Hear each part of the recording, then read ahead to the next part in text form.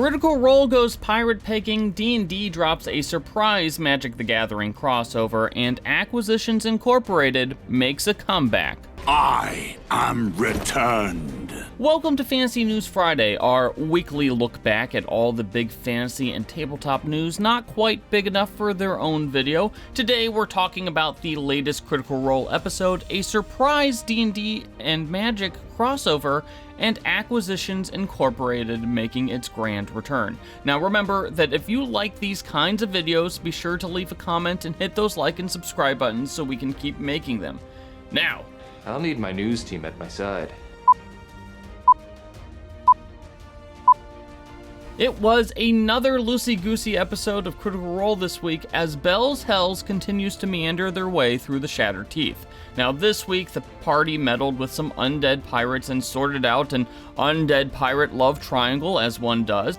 Now, this is hardly Calamity level stuff like what we've been experiencing over the rest of the campaign, but these are the kind of shenanigans that fans seem to love, and there were also a lot of pirate pegging jokes in this episode, and there's a kind of a loose energy with the cast that has led to a lot of hilarious moments in the episode, which actually made it pretty fun to watch. Looks like it doesn't work. What is she adding? Nothing. You don't roll for strap. Now, Critical Role has also announced that their upcoming London Mighty Nein Reunion episode will be broadcast at select Cinemark theaters on October 26th. Additionally, the show will also broadcast the Mighty Nein Reunion the same day on their Twitch and YouTube channels.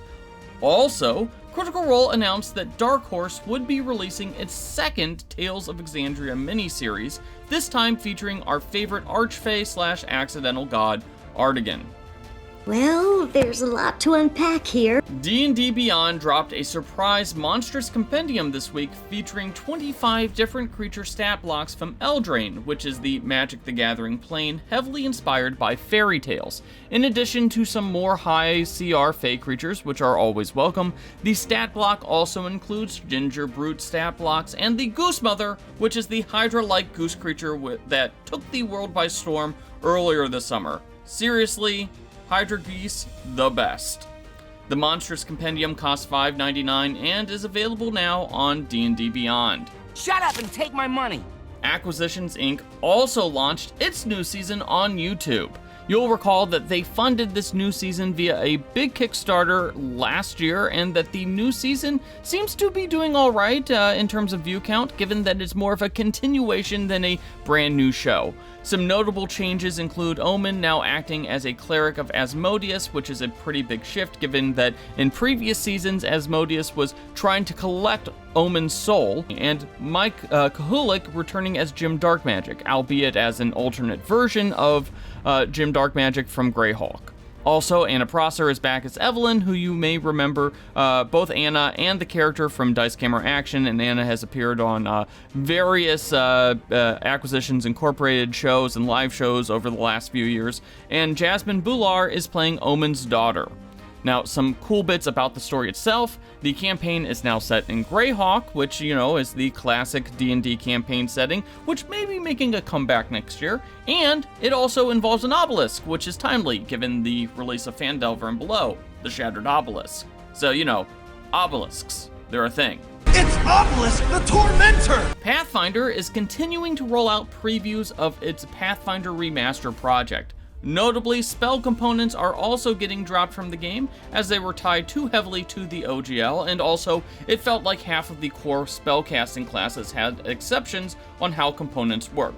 Also, cantrips are getting rebalanced to make them more like other spells, mostly by removing modifiers from damage rolls. Sounds reasonable. And finally, news from the upcoming Star Wars Unlimited card game, as we now know the alternate art and rarity schemes in booster packs.